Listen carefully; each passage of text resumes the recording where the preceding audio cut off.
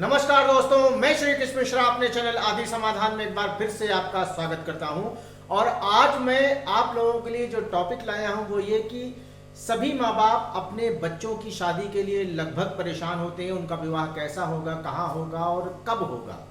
इसीलिए मैं आज एक ऐसा उपाय लाया हूं जिसे यदि बच्चों की माँ करती हैं तो बच्चों का विवाह अति शीघ्र होता है और लगभग आपको आपकी सोच का ही वर मिलता है। तो दोस्तों, माँ से संबंधित यह उपाय इसलिए किया जाता है क्योंकि जितना टच बच्चों का माँ के साथ होता है उतना टच किसी और के साथ नहीं होता, आत्मीय भी और शारीरिक भी। इसलिए यह उपाय सिर्फ माँ करे। यदि माँ ना हो तो माँ से संबंधित जैसे घर में भाभी हैं, बहन हैं, वो कर सकती हैं। मतलब कोई भी महिला कर सकती है। बेहतर होगा कि यदि माँ ही करे तो ये बेहतर होगा। यह उपाय आपको किसी भी नवरात्रि में 2 नवरात्रि पड़ती हैं, इसके बाद एक गुप्त नवरात्रि पड़ती है। किसी भी नवरात्रि की अष्टमी के दिन आपको यह उपाय करना है।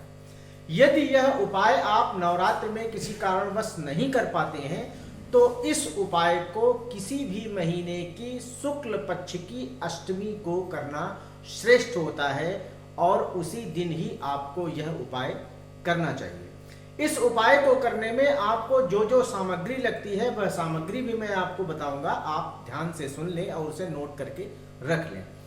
आपको इस उपाय के लिए 8 पेटियां या सामग्री एक पॉलीथीन में कर सकती हैं, एक कागज के थैले में रख सकती हैं, एक कपड़े के बैग में रख सकती हैं। सामग्री आपको जो लेनी है वह मैं आपको बता देता हूं। एक बिंदी का पत्ता, एक सिंदूर का पैकेट, एक आलता जो माहुर पैर में लगाया जाता है, मेहंदी, लिपस्टिक, नेल पॉलिश, चूड़ी लाल कलर की 4, दक्षिणा के कुछ रुपए, शीशा आदि। और भी आप सामग्री यदि जोड़ना चाहें तो जोड़ सकते हैं, लेकिन इतनी सामग्री एक पेटी में होनी चाहिए। ऐसी आपको 8 पेटियां बनानी है। पेटियां इसलिए कहा जाता है जो श्रृंगार के लिए एक औरत का एक पेटी नुमा होता है जिसमें वह सारे श्रृंगार की चीजें रखती है, उसे हम पेटी बोलते हैं। आप एक थैला भी बना सकते हैं, लेकिन 8 थैले आपको बनाना है। तो जब अष्टमी को आपको ये उपाय करना है उसके पहले आपको अपने पास पड़ोस की, रिश्तेदार की, जैसी भी आपका साधन बने, 7 विवाहित स्त्रियां आपको अपने घर पर आमंत्रित करनी है और साथ में एक अविवाहित कन्या, एक कन्या को भी अपने घर में आपको आमंत्रित करना है। उनको आमंत्रण करने के बाद आप जिस दिन यह उपाय कर रहे हैं आप उन्हें भोजन में फलाहार भी दे सकते हैं, पूरा भोजन भी करा सकते हैं। यदि यह दोनों चीजें भी नहीं करा रहे हैं तो उन्हें उनका मीठे से जरूर आपको स्वागत करना है, मीठा खिलाना है। और प्रायः मीठे में सफेद चीज ही हो। जो कुंवारी कन्या आपने आमंत्रित की है उसे यह आप श्रृंगार की चीजें ना दें। उसे जो भी चीज देना है उसे गुरु से संबंधित चीजें देना है। पढ़ाई लिखाई की चीजें आप चीजें दे सकती हैं, पुस्तक है, कॉपी पेन है, दक्षिणा दे सकती हैं। मेहंदी एक चीज है जो उन्हें अवश्य देनी है। कुमारी कन्या को मेहंदी आपको अवश्य देनी है और कुछ पीले फल भी आप उन्हें दान में दे सकते हैं। अब मैं आपको विधि बता रहा हूं कि आपको कैसे यह उपाय करना है। आमंत्रित करना, यह सारी चीजें मैंने बता दी। अब आपको क्या करना है अष्टमी के दिन, अब मैं ये बता रहा हूं। जो भी आपका पूजा स्थल हो वहां पर आप एक लाल आसन बिछाएं। एक भगवान शिव और माता पार्वती का चित्र मंगाकर घर में रख लें। यदि आपके घर में पहले से है तो बहुत अच्छा है। आप अपने आसन पर विराजमान हो जाएं और भगवान के सामने पहले घी का दीपक जला लें। एक जल का पात्र रख लें, लोटा हो, ग्लास हो, एक कलशनुमा पात्र आप रख लें। उसी के ऊपर आपको घी का दीपक जला लेना है। कुछ जल लेकर पंचपात्र से, जिससे आप पूजा करते हैं, अपने आप को शुद्ध करें, अपने आप में जल डालें, आसन को पवित्र करें, अपने चारों कोनों को पवित्र करें। उसके बाद अपने गुरु का ध्यान करें। जो भी आपके गुरु आपने बनाए हो, नहीं बनाए हो तो आप श्री हनुमान जी का ध्यान कर सकते हैं, आप उन्हें गुरु रूप में बना सकते हैं।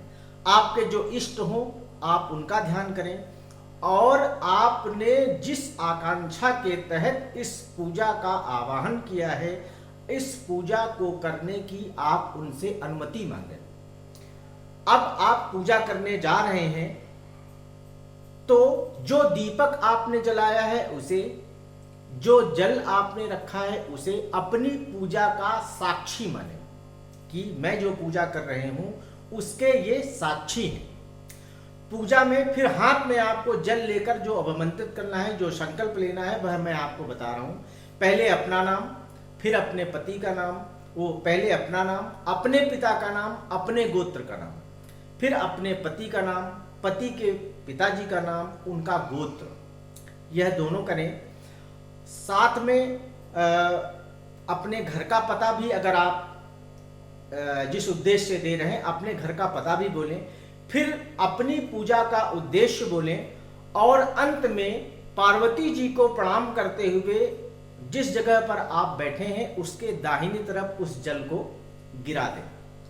अब धूप, दीप, सुगंधित द्रव्य, जितने भी साधन आपने पूजा से संबंधित रखे हैं, सबको माता पार्वती और भगवान शिव को अर्पित कर दें। जो 8 टोकरियां, 8 लिफाफे आपने बनाए थे, वह सारे भगवान शिव और माता पार्वती को आप अर्पित कर दें, उनके ऊपर चढ़ा दें। अपने हाथ में जब आप जल लेकर संकल्प कर रहे हो तो आपको जल के साथ थोड़े से अक्षत यानी चावल, एक लाल पुष्प, बेहतर हो कि यदि गुलाब का हो और पूरा फूल खिला हुआ होना चाहिए, कली ना हो, यह आप हाथ में रखकर तभी उस उद्देश्य की पूर्ति के लिए कामना करें। 8 पैकेट माता के चरणों में चढ़ा दें, और जहां भी आप पूजा करती हो उस पूजा में आप चूंकि अष्टमी के दिन कर रही हैं तो दुर्गा सप्तशती एक पुस्तक आती है, यदि आपने उसका अध्ययन किया है, आपने उसको पढ़ा हुआ है तो बहुत बेहतर, अगर नहीं पढ़ा तो उसके सबसे पीछे जो आखिरी अध्याय है उसमें एक सिंध कुंज का पाठ दिया हुआ है। इस पाठ को आपको उसी चौकी यानी जिस स्थान पर आप ये विधि कर रहे हैं उस स्थान पर आपको इस पाठ को करना है। उसको करने के बाद जैसे कन्याओं का पूजन किया जाता है, ऐसे ही जितने लोगों को आपने घर में आमंत्रित किया है, यानी 7 विवाहित स्त्रियां और 1 कुंवारी लड़की, उन सबों का विधि विधान से पूजन करके पैर धोकर उन्हें भोजन कराएं। भोजन कराने के बाद 7 लोगों को, 7 स्त्रियों को जो आपने पैकेट्स मां पार्वती के चरणों पर अर्पित किए थे वह उनके हाथ में दें।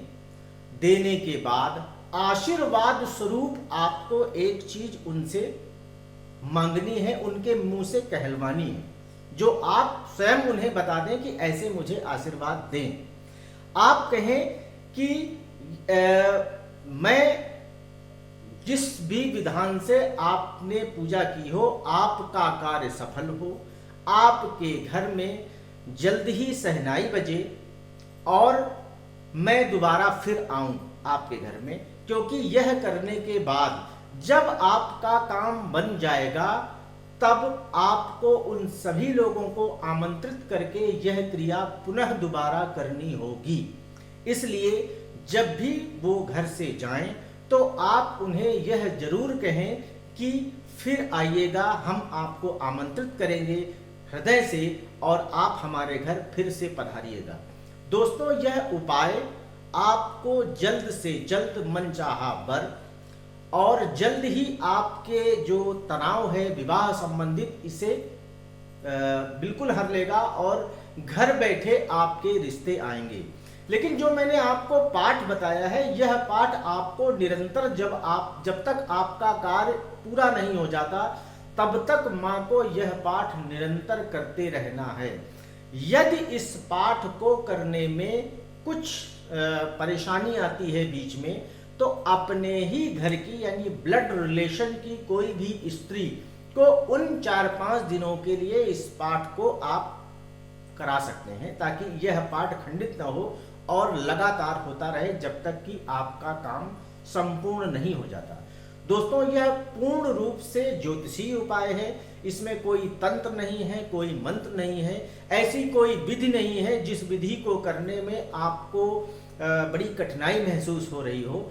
यह बहुत साधारण सा और सरल उपाय है। जितनी भी सामग्री है घरेलू हैं, आपके नज़दीकी मार्केट में बहुत ही आसानी से प्राप्त हो जाती हैं। सिर्फ इसकी विधि है और इस विधि से आप यदि आप पूजा करते हैं, अवमंत्रित करते हैं और उनका आप सहृदय आशीर्वाद लेते हैं तो आपकी मनोकामना जल्द से जल्द पूर्ण होगी। तो दोस्तों, यदि चैनल आदि समाधान को आपने सब्सक्राइब नहीं किया है तो इसे अभी सब्सक्राइब कर लें, बेल आइकन को दबाना बिल्कुल न भूलिएगा ताकि सबसे पहली नोटिफिकेशन आपको प्राप्त हो। तो दोस्तों, अगले ऐसे ही इंटरेस्टेड वीडियो के साथ मैं फिर से उपस्थित होऊंगा। तब तक के लिए नमस्कार।